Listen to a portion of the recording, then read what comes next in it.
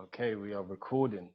Welcome to the second episode of Inkwa Talks mini chats, and today with us, we have a very special artist to me, um, uh, a master teacher for real, great artist, and yeah, he just to be around him is it's a big influence just to be around him. So I'd like to introduce to everyone Gingerbread Chris. How are you doing, brother? I'm good. And yourself? What's going on? Yeah, I'm good, man. I'm glad to be doing these little chats and just For linking sure. up with everyone, man. Like, the way we should For be. sure. And Most definitely. how's things been over there with the whole situation of COVID and working and not working? Um, yeah, initially it's okay now. But it's a change in situation. You know what I'm saying? From one day to the next, from one next to the month, from 1 month to the next. Um, initially when it first hit, I completely stopped working, and I guess I started back gingerly. I want to say for the past maybe 2 months, but I'm only doing like 3 days a week and one person per day. So kind of cut it down, but still able to eat. Yeah. I picked up that one person per day. um, wouldn't say a habit. It's a good Mhm. it's a good trait because you can give all of yourself to one person. It's hard to do two, Exactly. three big tattoos in one day. Exactly. I learned that from working with you for the small time that I did. um, Exactly. you know, how how how have you found like transitioning from not working to working again? Have you found it hard going back? No, because if it's something that you love, and it's just a matter of, um, you know, getting that comfortable space, and like you said, uh, if we're doing just one person a day, then you get to focus all your attention and everything on that one particular piece. So taking, that one person a day, I can the night before just kind of brainstorm and maybe go over their drawing or draw up something slightly preliminary.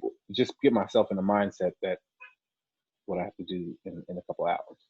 Yeah, So it's not bad at all for me. yeah.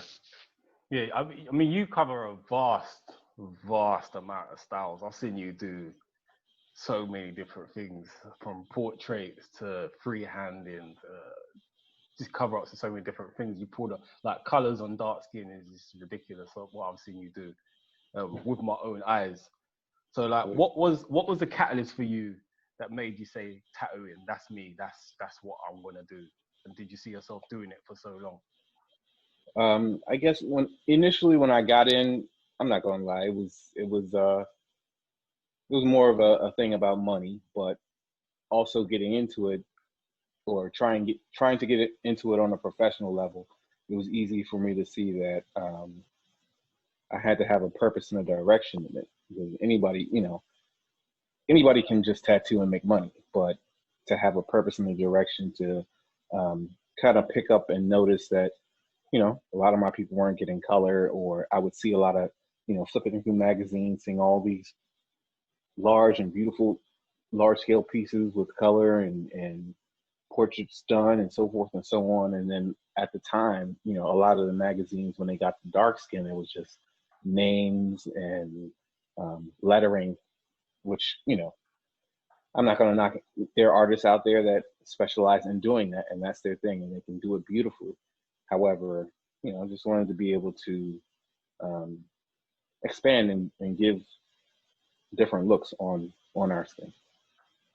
Yeah, yeah, and I definitely think I definitely think you did that. Like I say you did that. You do that. You still bring like I don't know. It's just your work's got a complete feel to it. It's just so clean and so colorful. Especially when most people would turn that away and say, I can't put coloring on color and all kinds of things. I think it's just a lack of knowledge, um, which which kind of like it's a knowledge that a lot of people in the industry don't want to know either. I kind of feel. But I Well, feel a, a lot of times, I think what separated me from a lot of people that, would say that they don't want to do this, or it's not going to come out good if it's, if you put color in, it would, to me, it was a thing of people selecting a smaller design and they want to cram all of this into a smaller design. And, a lot of times I would, they came in and say if they wanted a sun, but they only wanted the size of a quarter, I would expand it to double that size just so that I could have that transition of colors to go from, if I want to make it look really yellow, to go from orange or from a brown to orange to a yellow, and have that, gradation in there that will kind of trick the eye into seeing a brighter piece. And with it being larger, bigger is better. yeah, very true, very true. So how did you get into the industry? Because I know you've been tattooing for some time now, and you've seen a lot of change in the industry from like probably starting from the internet days, MySpace Yeah. and all kinds of things. Like, how did you get into the Yeah. industry in a time when like tattooing was quite mysterious back in the day, and getting in was I don't know how you got in. You had to be a mouse to get through a hole almost. So how did you get into the industry? Well, it was me flipping through tattoo magazines, and after I got a couple myself, and I realized after my couple trips to tattoo shops and local tattoo shops that it was predominantly white.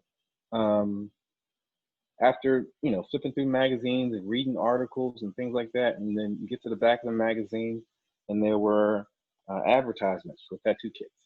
So I bought a tattoo kit. There was a Huck Spalding book on tattooing from A to Z. So I, kind of used that as a preliminary guide, and like a lot of young cats that start out and they don't have any mentors or anybody there to tell them, what to do and what not to do.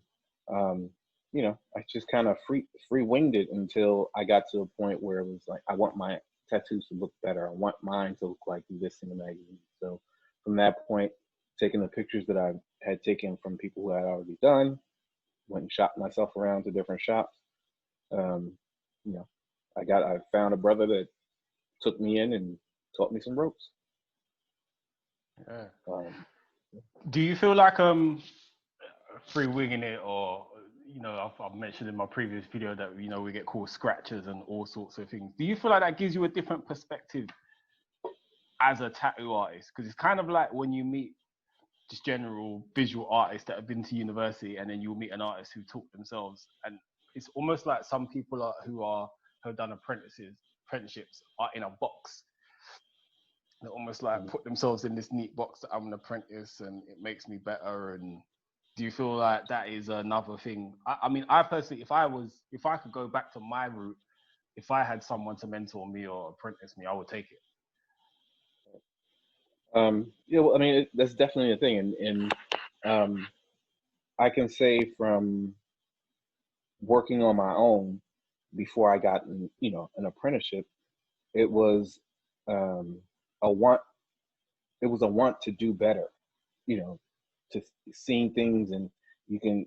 Um, if I didn't go through an apprenticeship and have that person be able to tell me, okay, this is what you apply to this, and this is what you apply to that, and to bring forth that particular look, it'd be there's a lot of hit and miss that, without having somebody with that prior knowledge, I could still be tattooing and not still not know what I'm doing.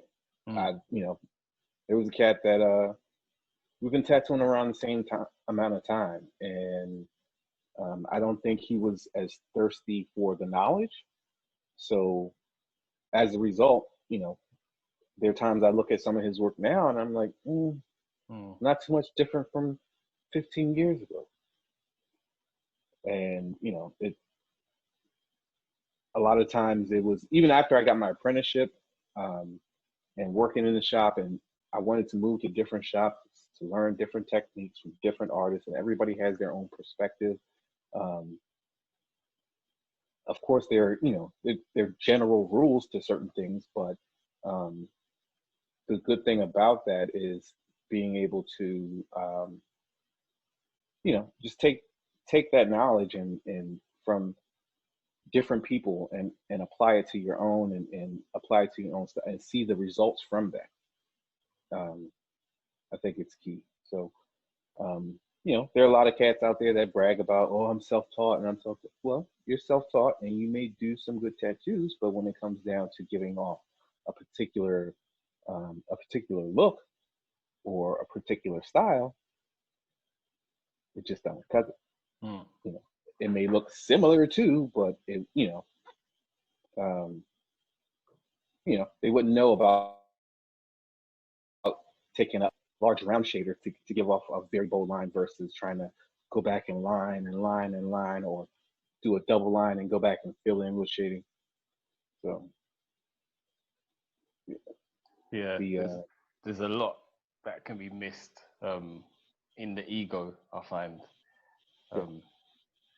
I mean, I think one thing I found from working at Pins and Needles, like I was very fortunate to have worked at Pins and Needles, and I worked there twice, and I've been around you guys twice. But the guys that I work with will easily tell you that time that I went there and came back, and then went and came back, I came back just two completely different artists. And I think it's because when you're around certain people, there's two types of like really good teachers. There's the ones that you know when you're in their presence, and there's the ones when you're not with them.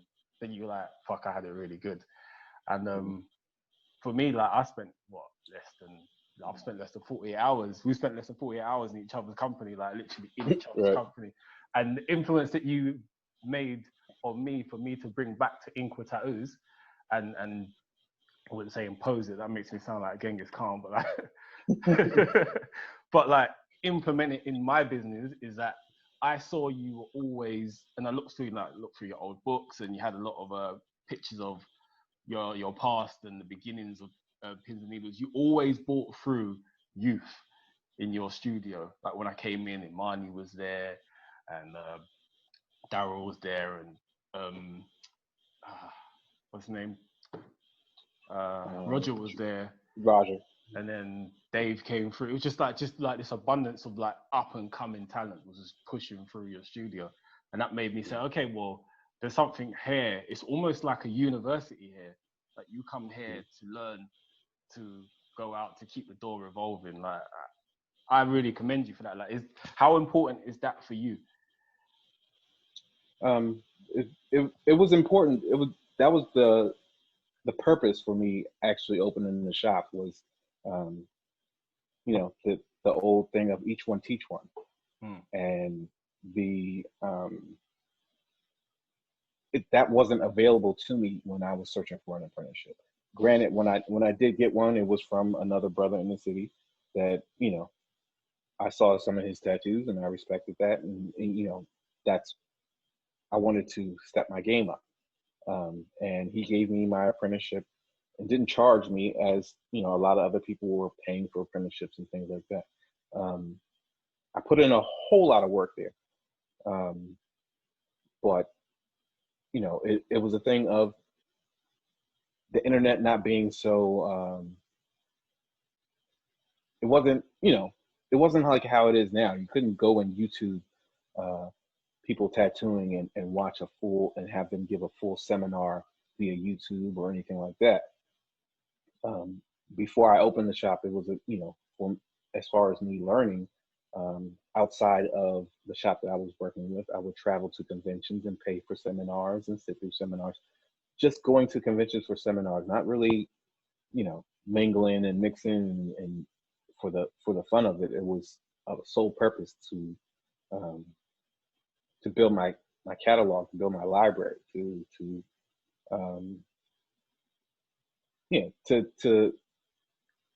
for what it's worth, to make my people proud, man. It was a thing of, like I said, I would flip through magazines and you see nothing but lettering or cliche pieces, and it was like, I love art. I'm an artist. I want to be able to do bigger and better, and in order to do that, I had to expose myself to different techniques. Mm. Yeah, and I think that shows in your work, because I've seen you go.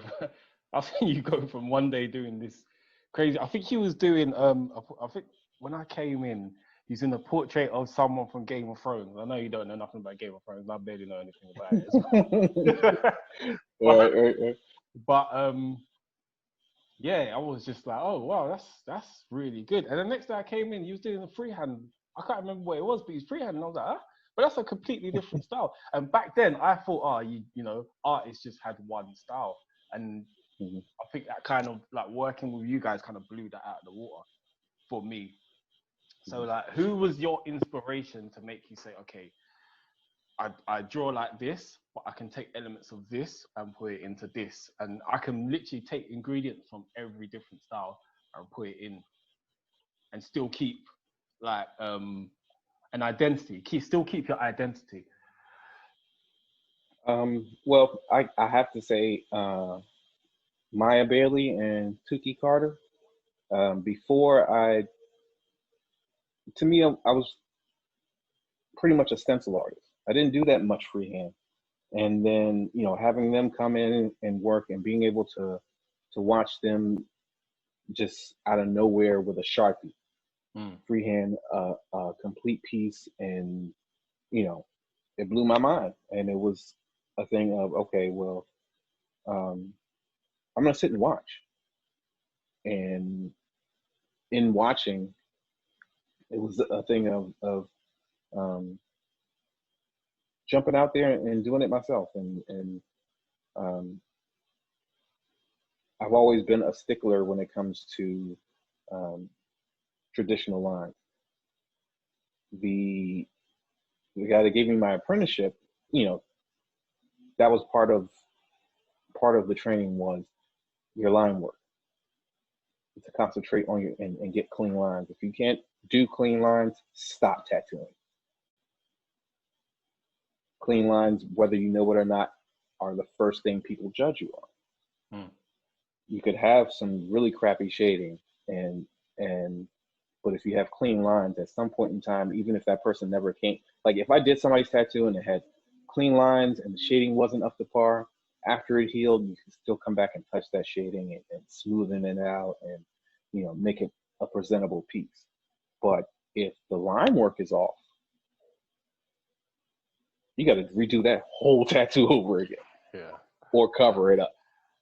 So, yeah, I would say the guy that gave me my apprenticeship, his name was Saint. Between Saint, Maya Bailey, and Tuki Carter.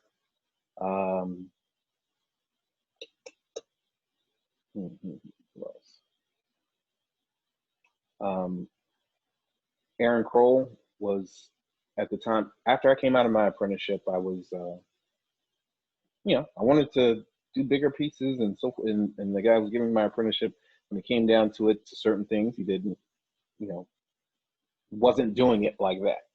So this other shop where I, you know, at the time, I was using round shaders and flat magnums. I mean, not, flat needles, no magnums. So, you know, I would see other artists and saw it that he was using magnum needles and, you know, was telling me about them. And I was just like, well, listen, can I come work there? Because I want to learn this and, you know, learn how to make them. And at the time, like, everybody can go out and you can just get on Amazon and order needles now. I'm coming from the era where we made our needles individually and by hand. So once I learned that trick in the whole needle making process, it was, you know, you get a better understanding of the mechanics of a needle.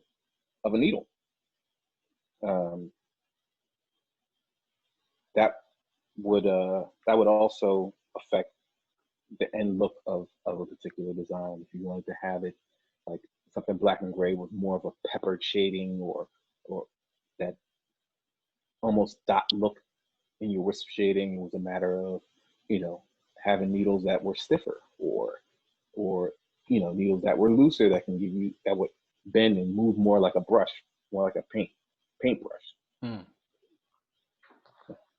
So it's almost like your needle making skills had to go hand in hand with your art skill, your artistic ability as well. Almost one affected the other. Very much so. Yeah. It wasn't. I mean, once I learned, got a full understanding of the needle making process. To me, it enabled me to flourish more from there. What would you say are your what would you say are your biggest disappointments? Not in terms of people in the game, just in the game. What would you say that you wish you'd done more of or less of, or? More. I won't say. I can't really say I wish I could have done more of. I think there were times where it was pretty much in the shop 18 hours a day, and you go home, shower, shave, right back into that same process, just to kind of keep the wheels turning, to feel like I didn't miss a beat. I don't know.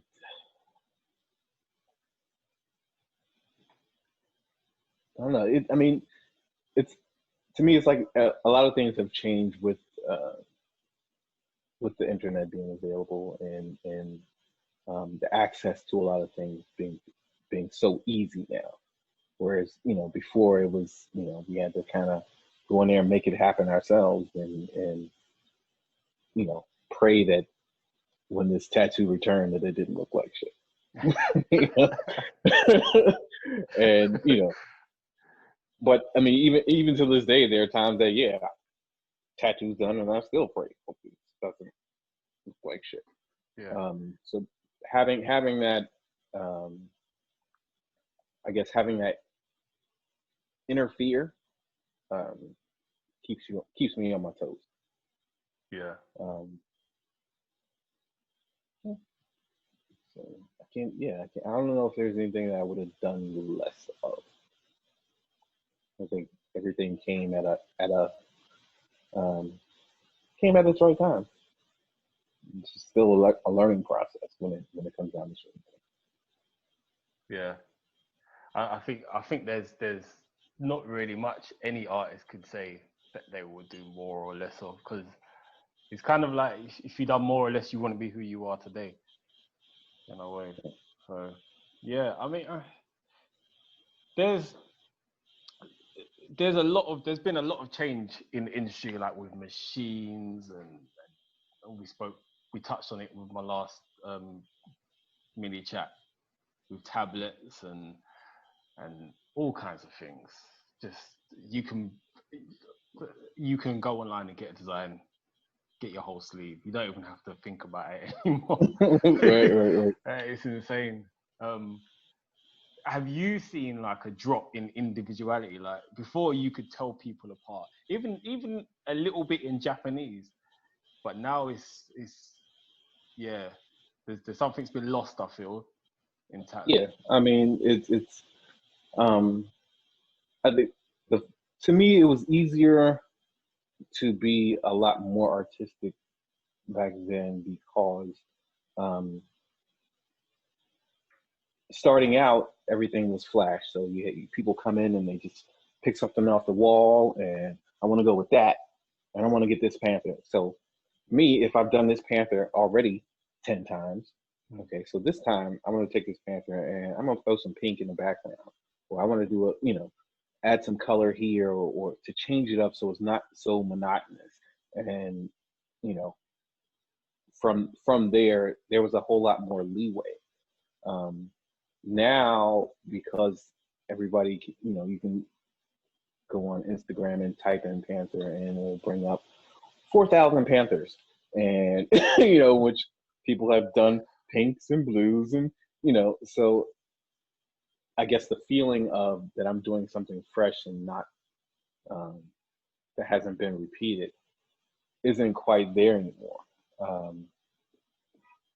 A lot of times when people come in and they, or when I ask them what they are trying to get, and I see a lot of artists sway people from using Google or Pinterest, and they're like, oh, well, there's a purpose in that. Now, it still gives me the leeway to kind of change things up. I just want to have a visual idea of what appeals to their eye. Because somebody, like I said, somebody can say a panther, and there's 50 of them to choose from.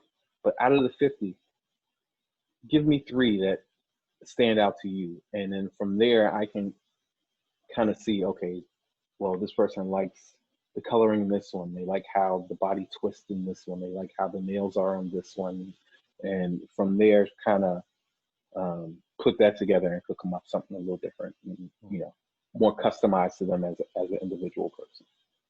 Yeah.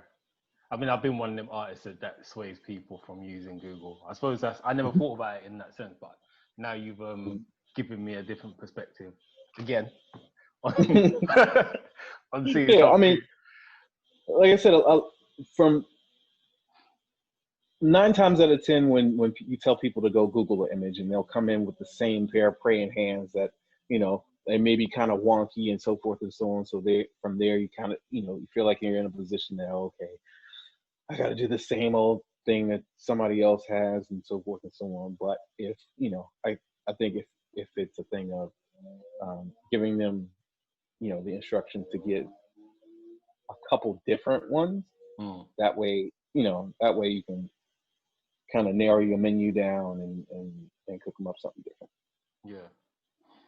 Yeah. Okay. So just before we wrap it up, I'm going to give you probably a pretty hard question, because I know you probably got about 20 in your head right now. But who would you say is your favorite artist right now? Oh man, it's impossible, right? This is so many, and because when it comes down to that, I would have to break down, and depending on what style, are we talking color? Are we talking traditional? Are we talking realistic? Or so I guess I have different artists for when it comes to different styles. Like right now, Dave is fucking killing it. It's been killing it for a couple of years as well. Yeah, but I've seen it. I've seen a little different shift in it, in which I think it's more so him getting into doing larger pieces. And when it comes down to it, a lot of times, you see somebody's progression, and when they get to the point where they're doing nothing but larger pieces, then they can kind of focus more on their particular style and it be more visually appealing. So, like in Dave's stuff, man,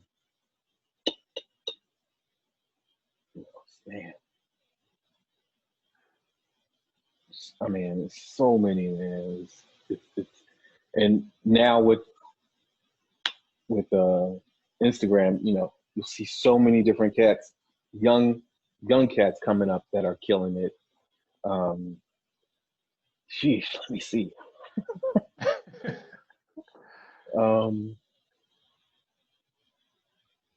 I mean, you can leave it at Dave. That's a pretty high. Yeah. That's a pretty high mark as it is.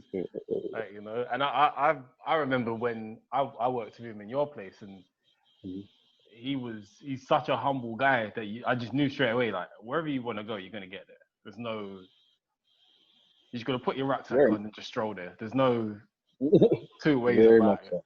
Yeah. Very much so. And I mean, that was also a key factor to who came into the shop and who would be working there. And nobody wants to be around an arrogant spirit that I know everything and this and that, so forth and so on.